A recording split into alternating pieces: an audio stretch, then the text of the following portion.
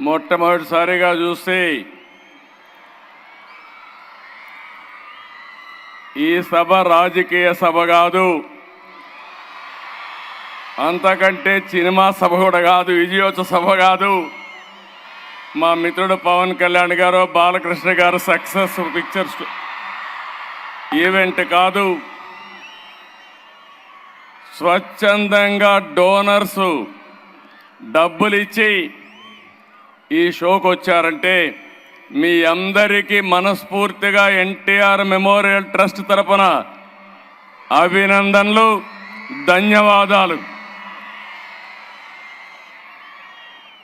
NTR memorial trust managing trustee Nara Bhuvaneshwari గారు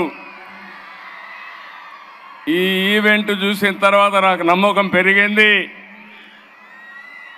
హెరిటేజ్ని సమర్థవంతంగా నడిపించడమే కాదు, ఈ ట్రస్ట్ను కూడా సమర్థవంతంగా నడిపించే శక్తి ఆవిడికి ఆయన తండ్రి నుంచి వచ్చింది.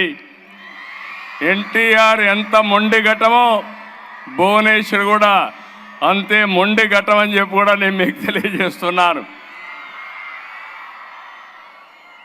ఎప్పుడు కూడా ఒక మంచి కార్యక్రమం జరగాలంటే సమర్థవంతమైన టీం ఉండాలి. ఆ టీంలో భాగంగానే CEO NTR memorial trust Rajendra Kumar గారు, సిబ్బంది, ఎప్పటి నుంచో అక్కడ పనిచేస్తున్న గోపి, మా మిత్రుడు ఉప ముఖ్యమంత్రి, ఈ రాష్ట్రానికి ఏదో చేయాలని తపనుండే వ్యక్తి పవన్ కళ్యాణ్ గారు,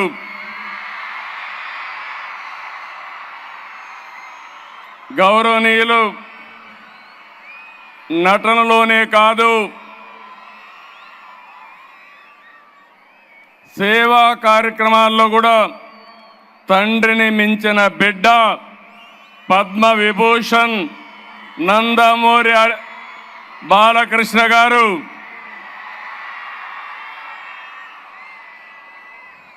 మొన్నటి వరకు సేవలు అందించినటువంటి ఎన్టీఆర్ మెమోరియల్ ట్రస్ట్కి నారా లోకేష్ గారు నేను మంత్రిగా రికగ్నైజ్ చేయడం లేదు, ఇక్కడ ఆ ట్రస్ట్కు సేవలు అందించాడు కాబట్టి ఆయన్ని ఇక్కడ రికగ్నైజ్ చేస్తున్నాం.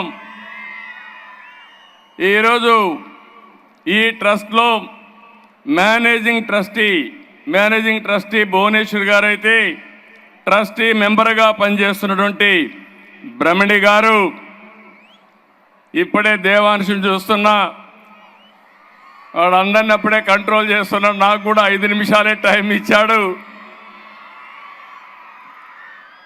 అదే మాదిరిగా నందమూరి తమన్ గారు,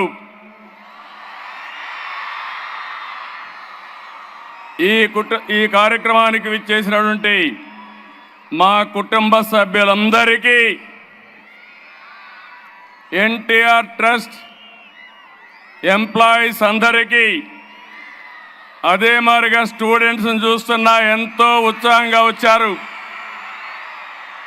అలాంటి విద్యార్థులందరికీ, డోనర్స్ అందరికీ, ఈరోజు వివిధ సంస్థల నుంచి వచ్చారు, ఒక మంచి కార్యక్రమానికి వచ్చారు, వారందరికీ పేరు పేరున మనస్ఫూర్తిగా మరొకసారి నా అభినందనలు. నేను చాలా కార్యక్రమాలకు వెళ్తాను కానీ, ఎన్నో మీటింగులు చేశాను కానీ, ఈరోజు మీ కేరింతలు చూస్తూ ఉంటే మాకు ఎక్కడా లేనటువంటి శక్తిని ఇస్తున్నారు. ఇది ఒక మంచి కార్యక్రమానికి మీరిచ్చే ఆదరణ. శభాష్ విజయవాడ. డోనర్స్ అందరికీ మనస్ఫూర్తిగా అభినందనలు. మీరు చూపించే సేవా భావానికి శిరస్సు వంచి మీ అందరికి కూడా సెల్యూట్ చేస్తున్నాను. ఈరోజు ఒక మంచి కార్యక్రమం. తలసీమయ చిన్నారులు ఆర్థిక ఇబ్బందులు ఒక పక్క, ఇంకో పక్క మీరు చూస్తే ఆరోగ్య సమస్య. అలాంటి సందర్భంలో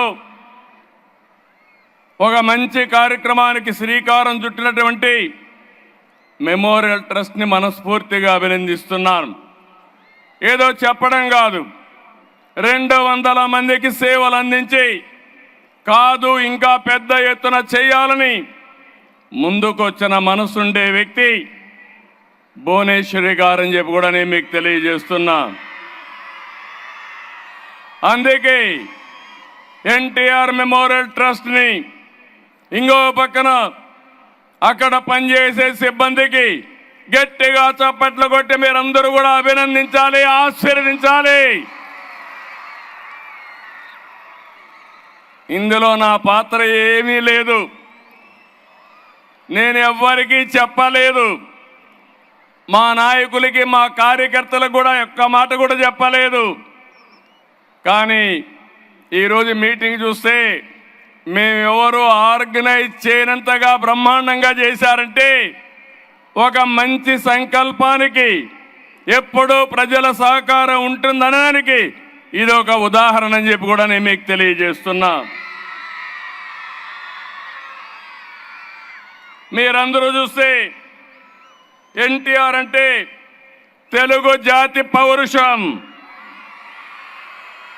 మంచి పాలన మాత్రమే కాదు, ఎన్టీఆర్ అంటే మంచి సమాజం కోసం నిరంతరం తప్పించిన వ్యక్తి, పొరిగవాడికి సాయం చేయడం, కష్టంపై స్పందించడం ఎన్టీఆర్ యొక్క నిజ స్వరూపం అని చెప్పి కూడా నేను మీకు తెలియజేస్తున్నా.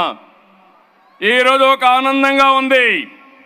ఓసారి కొన్ని నిర్ణయాలు వస్తాయి. ఒకరోజు మా అత్తగారు బసవతారకం గారు క్యాన్సర్తో చనిపోయారు. మేము చాలా బాధపడ్డాం. ఆవిడికి సరి అయిన ట్రీట్మెంట్ కూడా ఇప్పించాలంటే అప్పుడు హాస్పిటల్స్ కూడా పెద్దగా లేవు. బాంబేలో ఒక హాస్పిటల్ ఉండేది, చెన్నైలో ఒక హాస్పిటల్ ఉండేది. చనిపోయిన తర్వాత మా మామగారు ఎన్టీఆర్ చాలా బాధపడి ఈ సమస్య పైన మనం ఏమీ చేయలేమని ఆలోచించి కాదు ఒక ట్రస్ట్ పెడదామని ముఖ్యమంత్రిగా నిర్ణయం ఆ రోజు ఎన్టీ రామారావు గారు తీసుకున్నారని చెప్పి నేను మీకు తెలియజేస్తున్నా. ఒక విషాదం, ఒక మంచికి విత్తనం పడింది. అదే బసవతారకం క్యాన్సర్ హాస్పిటల్. ఆ తర్వాత నేను ముఖ్యమంత్రి అయిన తర్వాత బసవతారకం క్యాన్సర్ హాస్పిటల్ని అభివృద్ధి చేసి నిధులు ఇప్పించి ఆనాటి ప్రధానమంత్రి వాజ్పేయి గారి ద్వారా ఇనాగరేషన్ చేశాం. తర్వాత అబ్దుల్ కలాం వచ్చారు, ఆయన కూడా ఆశీర్వదించాడు. ఈరోజు బాలకృష్ణ గారు బసవతారకం క్యాన్సర్ హాస్పిటల్ని సమర్థవంతంగా ముందుకు తీసుకెళ్తున్నారు. అదే సమయంలో ఎన్టీ రామారావు గారు చనిపోయిన తర్వాత నేను ముఖ్యమంత్రి అయిన తర్వాత ఎక్కడ చూసినా కార్యకర్తల్ని పొట్టున పెట్టుకునే పరిస్థితి వచ్చింది. కొంతమంది ఏవైతే ఫ్యాక్షన్ పాలిటిక్స్లో చాలామందిని చంపేశారు, తండ్రులు లేని అనాథలయ్యారు. అదే మాదిరిగా నక్సలైట్స్ ఉద్యమంలో కొంతమందిని కోల్పోయాం, బస్ యాక్సిడెంట్లో కోల్పోయాం, యాక్సిడెంట్స్లో కోల్పోయాం. అప్పుడు నాకు అనిపించింది తెలుగుదేశం పార్టీని నమ్ముకున్న తెలుగుదేశం పార్టీ కుటుంబ సభ్యులు, నా కుటుంబ సభ్యులు అనాథలు కాకూడదనే ఉద్దేశంతోనే ఎన్టీఆర్ మెమోరియల్ స్కూల్ పెట్టి మొట్టమొదటిగా శ్రీకారం చుట్టాం. ఇది కూడా మీరు ఒకసారి ఆలోచిస్తే ఒక బాధ ఆవేదనలో పుట్టింది ఎన్టీఆర్ మెమోరియల్ ట్రస్ట్ అని చెప్పి కూడా నేను మీకు తెలియజేస్తున్నా.